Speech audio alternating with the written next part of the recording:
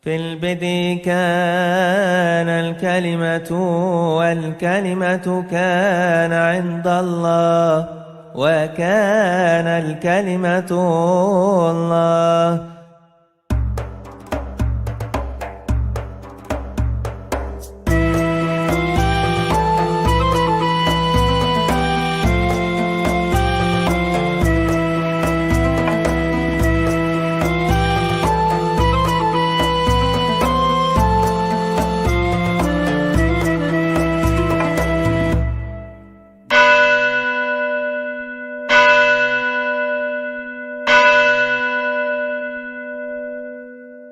Shalom alaikum Besem Hamasyah. Salam sejahtera bagi saudara sekalian dalam Kristus.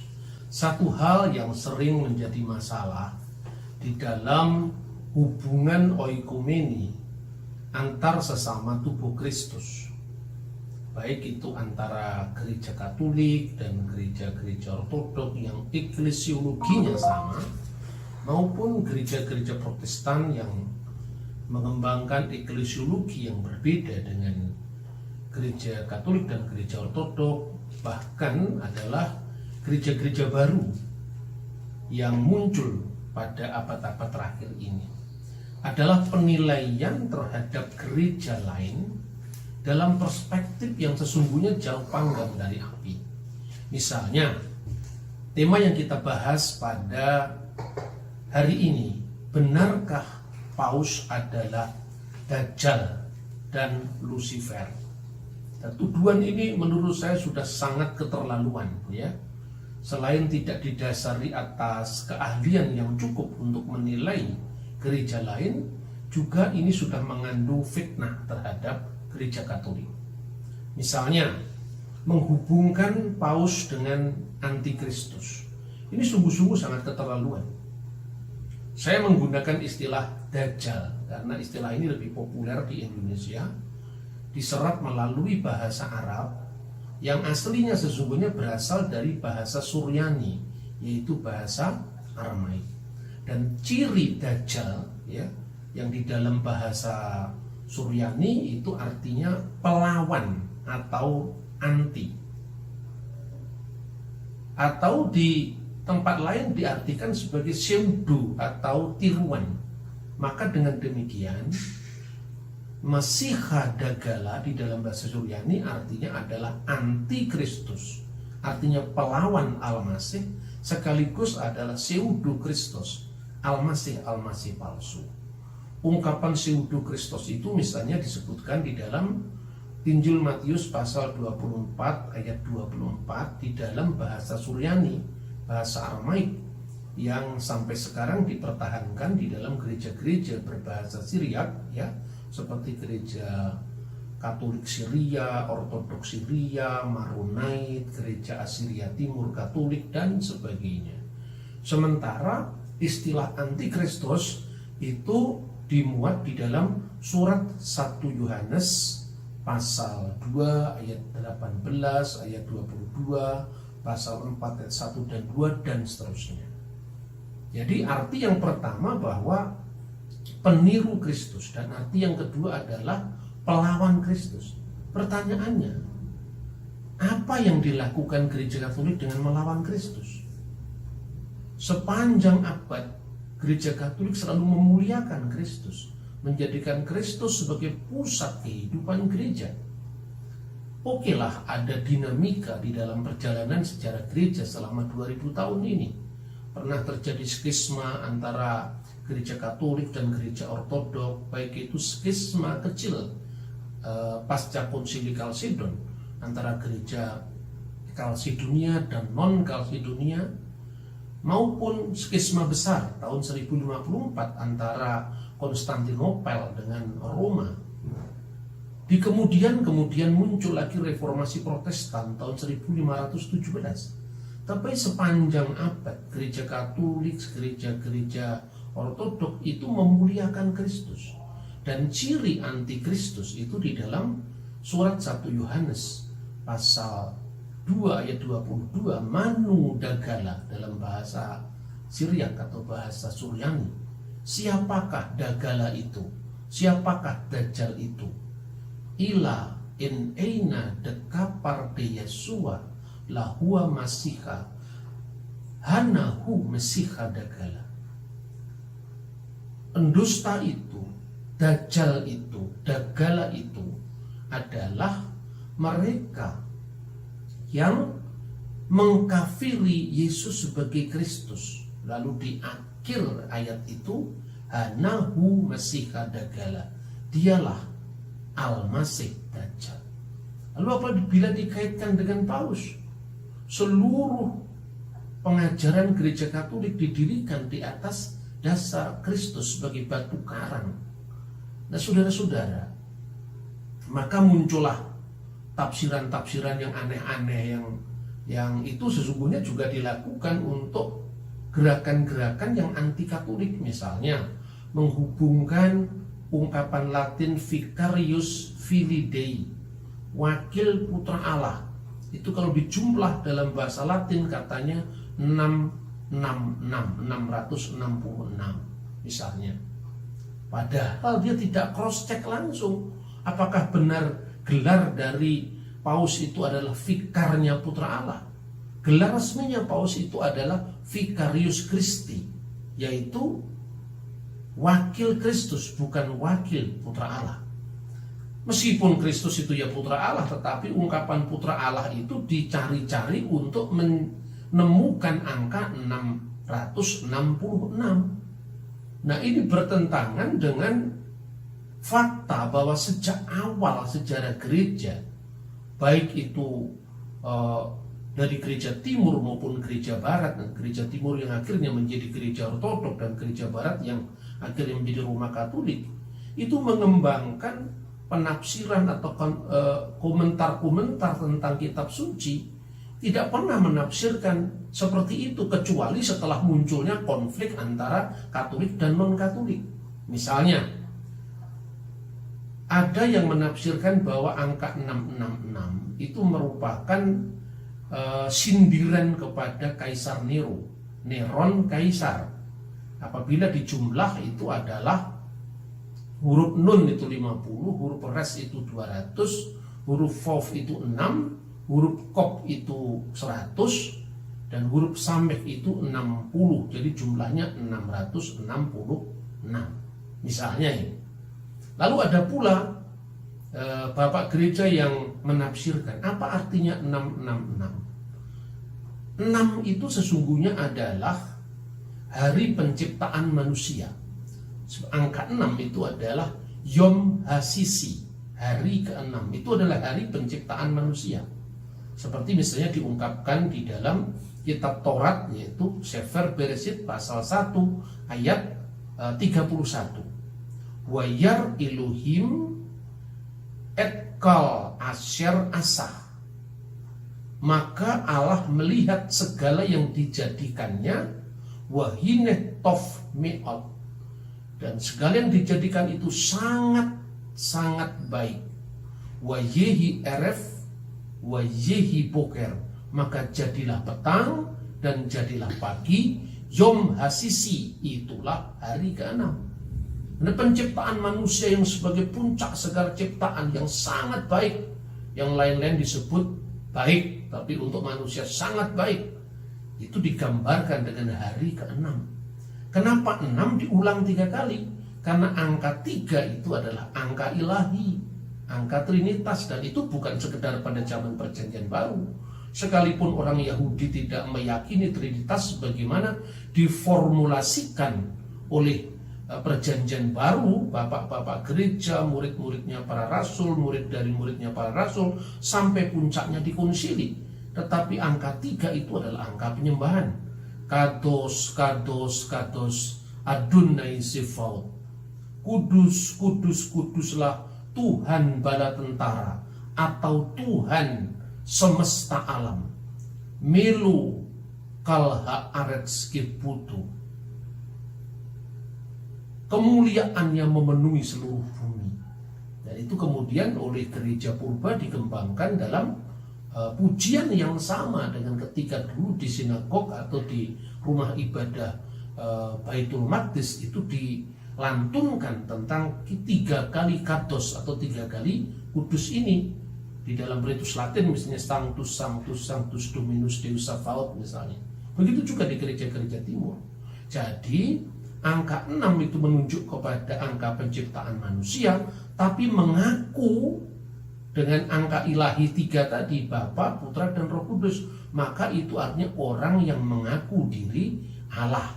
Dan itu adalah sindiran untuk kaisar-kaisar Roma pagan yang waktu itu mengaku diri sebagai Tuhan, sebagai Theos maupun sebagai Kurios, sebagai Tuhan dan sebagai Allah. Nah, yang kedua, yang lebih konyol lagi ini, dan saya sebetulnya sudah menanggapi ini tahun 2003 ketika saya menulis buku yang berjudul Menyongsong Sang Ratu Adil, yang mengkaitkan bahwa Paus itu adalah Lucifer, dan Lucifer itu adalah setan. Kejam sekali kau. Flamasius Lucifer matutinus inveniat ile inquam Lucifer questit occasum Christus filius tus. Nah, ini Paus menyembah Lucifer, tidak salah lagi. Paus menyembah Lucifer, ini bukti baru. Gila ini. Dan itu muncul begitu pedenya. Saya kadang-kadang ya belajar dulu bahasa Latin, pikir saya gitu loh. Saya ini tidak ahli bahasa Latin. Tapi cobalah, apa maknanya ketika Misa Vigil Prapaskah itu di ritus Roma ya, dikatakan Flamasius Lucifer tadi. Itu artinya sebenarnya tidak ada kaitannya dengan Lucifer, demit atau setan, itu tidak ada. Itu diartikan kiranya nyalanya digabungkan dengan bintang timur yang tak pernah terbenam, yang terbit dari alam maut dan menyinari dengan cahayanya. Dialah Kristus Putra Bapa. Kata Rhoma Irama, terlalu. Tuduhan yang sama sekali tidak terpelajar, tapi menjadi viral beberapa tahun lalu.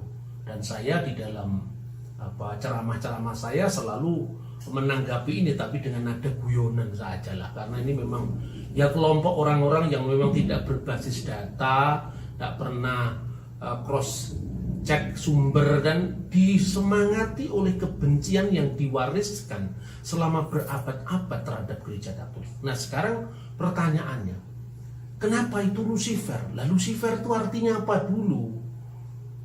Terus kemudian yang menamakan demit atau setan sebagai Lucifer itu siapa dulu? Kan begitu mestinya dilacak sejarahnya.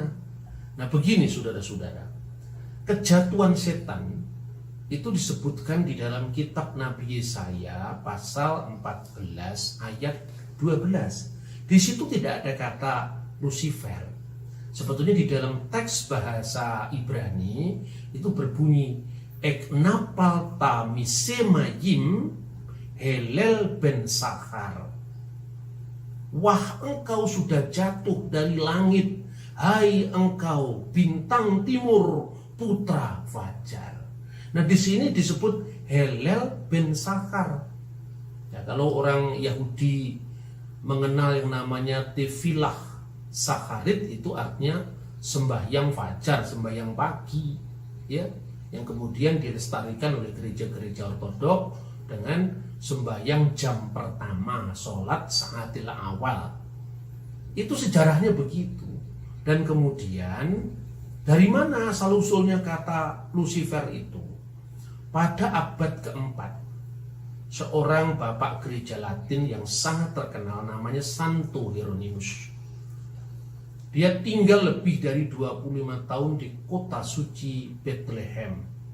Sekarang tempat dia menerjemahkan kitab suci namanya Vulgata. Itu dikenal sebagai Gua Hieronymus di dekat Kanisah Al-Mahad, gereja kelahiran Kristus di Bethlehem. Nah, pada abad keempat itu dia menerjemahkan apa yang saya sebut tadi Biblia Sacra Vulgata.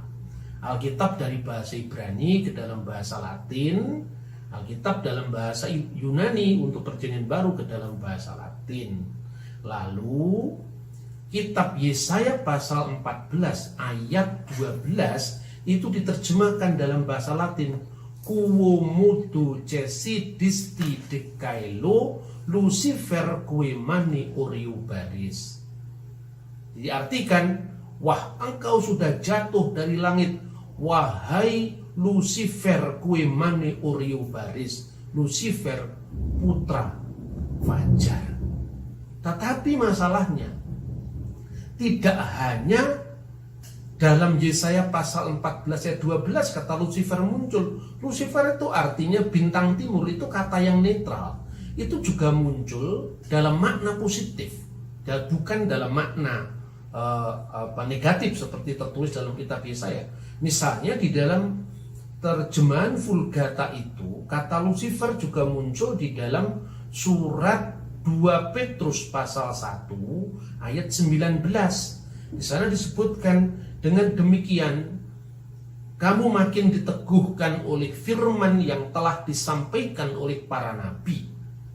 Alangkah baiknya kalau kamu memperhatikan firman itu tadi, sama seperti memperhatikan pelita yang bercahaya di tempat yang gelap hingga fajar menyingsing dan bintang timur terbit bersinar dalam hatimu. Kata yang diterjemahkan bintang timur di sini adalah et Lucifer oriatur intordibus festis. Jadi kata Lucifer juga muncul di sini sampai bintang timur terbit dalam hatimu. Nah, di mana kemudian kesalahan itu berawal? Ketika tahun 1611 Alkitab diterjemahkan dalam bahasa Inggris yang dikenal sampai sekarang dengan King James Version. Dalam King James Version itu aneh sekali. Kata Lucifer tidak muncul di mana-mana kecuali dimunculkan oleh penerjemah ini di dalam Yesaya pasal 14 ayat 12. Ya, di situ diterjemahkan bahwa wah engkau telah jatuh dari langit, hai bintang timur putra fajar. Diterjemahkan, how art thou fallen from heaven, O Lucifer, son of the morning. Telah jatuh dari langit engkau, hai Lucifer, anak dari fajar. Padahal dalam teks King James yang lain-lain diterjemahkan misalnya morning star, ya. Hanya di sini Lucifer itu muncul. Akibatnya pembaca Alkitab dalam bahasa Inggris menganggap bahwa Lucifer itu jenenge demit, Lucifer itu sebagai nama setan itu loh. Itu kan orang kurang membaca. Mestinya kita membaca teks satu, teks aslinya bagaimana, mulai kapan kata Latin itu muncul, dan yang lebih memprihatinkan saudara-saudara. Kalau Anda belajar sejarah gereja, itu ada seorang bapak gereja, katakanlah begitu, yang dinamakan Santo Lucifer dari Klagiari. Santo Lucifer ini dikenal pemahamannya yang sangat gigih untuk melawan bidat Arianisme, ya yang diajarkan oleh seorang presbiter dari Alexandria namanya Arius, yang kemudian sudah dianatema oleh konsili oikumenis pertama di kota Nikea. Itu yang terjadi. Dia begitu kerasnya melawan bidat Arius. Nah sekarang gara-gara nama Lucifer kemudian dijadikan nama diri bagi setan, kan kasihan itu Santo Lucifer dari Klagiari disamakan dengan demit. Ini orang yang tidak berpikir, hanya berpikir fragmentari, sepotong-sepotong. Kalau belajar sejarah gereja, ya sejarah gereja sinodenya yang berdiri tahun 1900 berapa itu, tidak pernah melihat dari akarnya. Akibatnya apa? Maunya menyatukan gereja, dan selalu bahasanya para bidat itulah selalu mengatakan ini ungkapan Roh Kudus pada zaman yang baru. Ketika itu penyesatan baru dimulai zaman Konstantin. Aduh, ini orang keterlaluan ini. Orang tidak membaca sejarah tapi begitu pede, itu apa namanya? Saudara-saudara. Nah sekarang saya ngadepi kelompok-kelompok begini ini sebetulnya juga bosen ya, karena sudah lama sekali saya bergerak di bidang, ya baik itu adalah gerakan oikumene maupun gerakan lintas agama. Bagaimana membangun kesalingpahaman, bukan hanya antar Kristen dengan agama lain, sekalipun kita tidak dalam posisi bersetuju, tapi tidak posisi untuk menyalahpahami. Kita kembangkan dululah antar sesama Kristiani. Nah, saya berikan contoh. Biasanya saya menanggapi dengan guyonan begini. Kalau Anda membaca Alkitab, banyak Alkitab terjemahan, Anda bisa bingung. Kenapa? Coba kita tanya dulu. Dalam bahasa aslinya, iblis dan setan itu apa?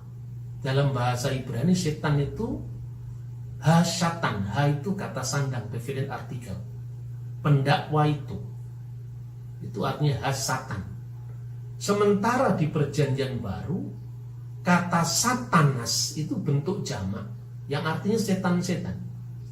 Tetapi untuk iblis itu digunakan kata diabolos. Nah, pertanyaan ini menarik.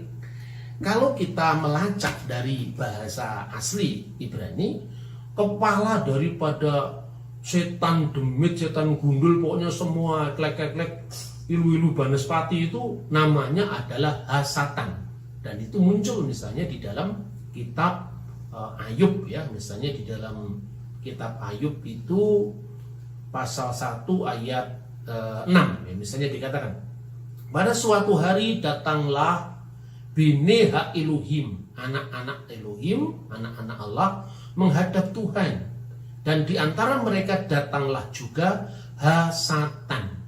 Di sini Hasatan itu adalah dikaitkan dengan pemimpin segala setan itu, karena pada saat itu dalam mencobai Ayub maka Hasatan itu datang ya. Lalu ketika Alkitab bahasa Ibrani aslinya diterjemahkan dalam bahasa Yunani yang dikenal dengan Septuaginta, kira-kira abad ketiga sebelum Masehi, terjemahannya menjadi Ho Diabolos. Diabolos itulah yang menjadi bahasa Arab iblis ya. Teks Septuaginta kalau diterjemahkan begini, pada suatu hari datanglah angeloi tuteu, datanglah malaikat Allah. Jadi kata Bene Ha Elohim diterjemahkan angeloi tuteu, malaikat Allah, bentuk jamak dari angelos, menghadap Tuhan, dan di antara mereka datanglah juga Ho Diabolos, datanglah dia iblis. Menurut Septuaginta, kepala setan itu adalah Ha Diabolos, iblis. Dan itu yang diikuti Perjanjian Baru. Aku telah melihat iblis jatuh dari langit seperti kilat, kata Yesus dalam Injil Lukas. Di situ digunakan kata-kata iblis. Sementara kalau kita menurut teks Ibrani, Hasyatan itu yang tertinggi. Jadi artinya apa? Ini tergantung pada proses dinamika dalam terjemahan yang berkaitan dengan budaya bahasa setempat. Nah, oleh karena itu kita nggak bisa hanya memutarkan King James untuk menilai nama setan itu adalah Lucifer, karena itu berkaitan dengan sejarah perkembangan bahasa dan pemanaannya secara teologis. Nah, oleh karena itu kalau Anda lihat, kalau kita hanya membaca Alkitab di dalam bahasa Indonesia, bahasa Jawa, pokoknya Alkitab terjemahan, pasti kita bertanya, loh, kalau gitu kepalanya setan-setan itu siapa namanya? Hasyatan. Oh enggak, Diabolos lebih tinggi daripada Satan, karena Satanas di Perjanjian Baru adalah bentuk jamak yang itu menunjukkan wadio bolone para iblis. Itu kira-kira, saudara-saudara. Jadi ini kontekstual. Makanya sesungguhnya ya, kalau kita lihat ketika diterjemahkan di dalam bahasa Indonesia, nah bahasa Indonesia itu kan bentukan naturalisasi dari berbagai macam bahasa asing, termasuk iblis dari bahasa Arab. Arabnya ngambil dari diabolos bahasa Yunani ya, syaiton bahasa Arab, tapi syaiton itu diambil dari bahasa Ibrani Hasatan. Nah kemudian orang Jawa memiliki sejarah yang panjang perjumpaan dengan agama-agama sebelumnya. Makanya di situ ada yang namanya Gendruwo, Ilu-ilu Banaspati, Jerangkong, itu kan menunjukkan apa? Nama-nama lokal bagi kuasa-kuasa kejahatan yang dikenal dalam budaya Jawa. Dan ini tidak bisa langsung diambil kesimpulan bahwa misalnya ini nama setan di kota ini adalah siapa gitu misalnya ya.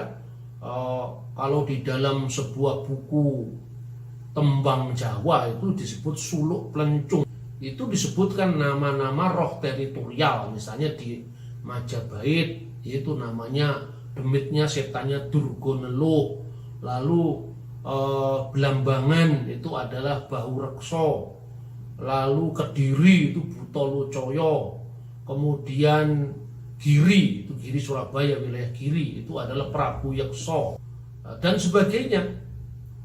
Nah, persoalannya sekarang adalah nama-nama setan itu sejak zaman kerajaan Mataram sampai sekarang kok ya ada pensiun-pensiun. Sementara yang namanya Bupati Kediri sudah ganti berapa kali, ini tetap aja Butolocoyo misalnya. Nah ini kan nggak bisa dijadikan ajaran yang seperti ini, karena ini adalah merupakan tradisi lokal. Nah tradisi lokal itu melahirkan pemahaman kita tentang bahasa. Dan ketika kita membaca baik itu teks suci Al-Quran maupun Alkitab, itu tidak bisa kita lepas dari pengaruh itu. Misalnya kita mau murni-murnian, ya, dalam Al-Quran dikatakan ya ayuhan nas, yang ada wahai manusia. Apakah Anda lupa bahwa kata manusia itu adalah vocabulary Hindu? Manusia pertama itu dalam ajaran Hindu itu dua orang, satu pasang itu namanya adalah Sang Yang Manu, itu adalah Adamnya. Lalu Hawanya itu namanya adalah Syatarupa. Maka dari Manu dan Syatarupa menjadi manusia, jamaknya manusyo ketika bahasa Sanskerta mempengaruhi bahasa Jawa, kemudian manusia.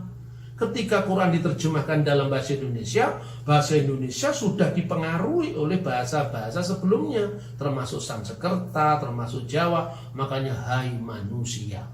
Ini tidak bisa dihindari, karena itu kita harus membedah arkeologi teks itu. Itu terjemahan itu muncul dari mana.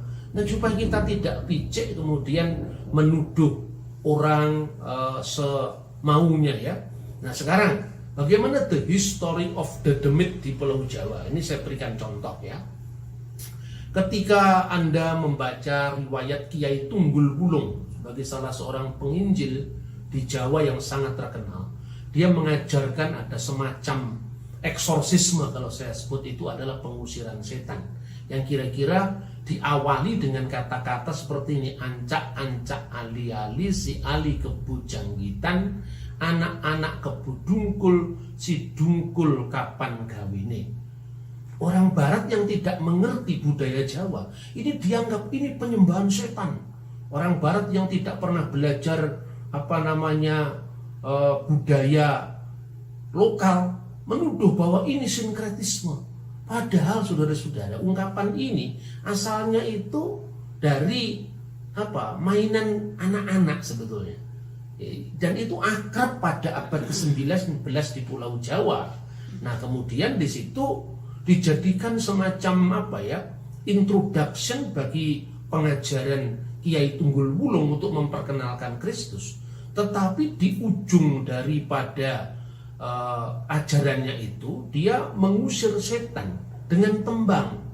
Nah, tembang itu sebetulnya sudah dikenal sebelumnya. Tadi yang saya sebut Kidung Fraksowido tadi. Apuranen sun nyitang lelembut ing nusa Jawi kang rumeksa ing nagara para ratuning dedemit. Itu sebetulnya terkenal sekali kidung ini ya, Kidung Fraksowido atau Suluk Plencung itu. Tetapi di akhir daripada kidung ini itu diungkapkan kayu aing lemah sangar dadi towo. Kayu-kayu yang angker lemah-lemah, sangar itu semua jadi hambar oleh karena perkenan Tuhan. Dan itu kemudian dikontekstualisasikan oleh Kiai Tunggul Bulung, sebagaimana dulu Kanjeng Sunan Kalijogo juga mengkontekstualisasikan Islam dalam budaya Jawa, lalu diungkapkan dalam bahasa yang dimuati nilai-nilai Kristiani oleh Kiai Tunggul Bulung dengan ungkapan apa? Romo Allah, Putra Allah, Roh Suci Allah, tetelune tunggal sawiji, kayu aing lemah angker, dadi towo idi Gusti Selaminyo. Dalam nama Bapa dan Putra dan Roh Kudus, kira-kira terjemahan bebasnya begitu. Kayu-kayu yang angker, tanah-tanah yang dikeramatkan, semua jadi hambar oleh karena izin Tuhan selama-lamanya. Jadi ini kontekstualisasi. Jadi agama-agama baru, sekte-sekte baru yang tidak mengenal kontekstualisasi perkembangan bahasa itu main hantam saja, dikatakan paus nyembah Lucifer. Ini bukan hanya keterlaluan untuk tuduhan itu, tapi keterlaluan bagi orang yang menuduh, karena itu sebetulnya menggambarkan kualitas orang yang menuduh, karena kurang membaca, militansi tanpa didasari ilmu pengetahuan, itu sungguh sangat disayangkan ya.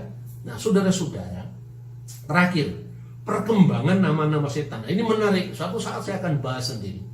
Ada sebuah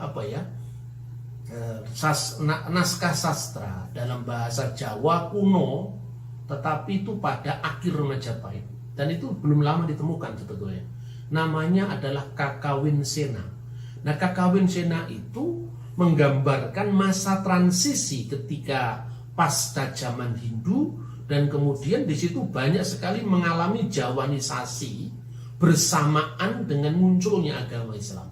Maka di situ misalnya ada ungkapan dalam Kakawin Sena itu adalah jejengklek kelawan gandarwo manguri, ya, jejengklek dan gendruwo yang mengurai rambut.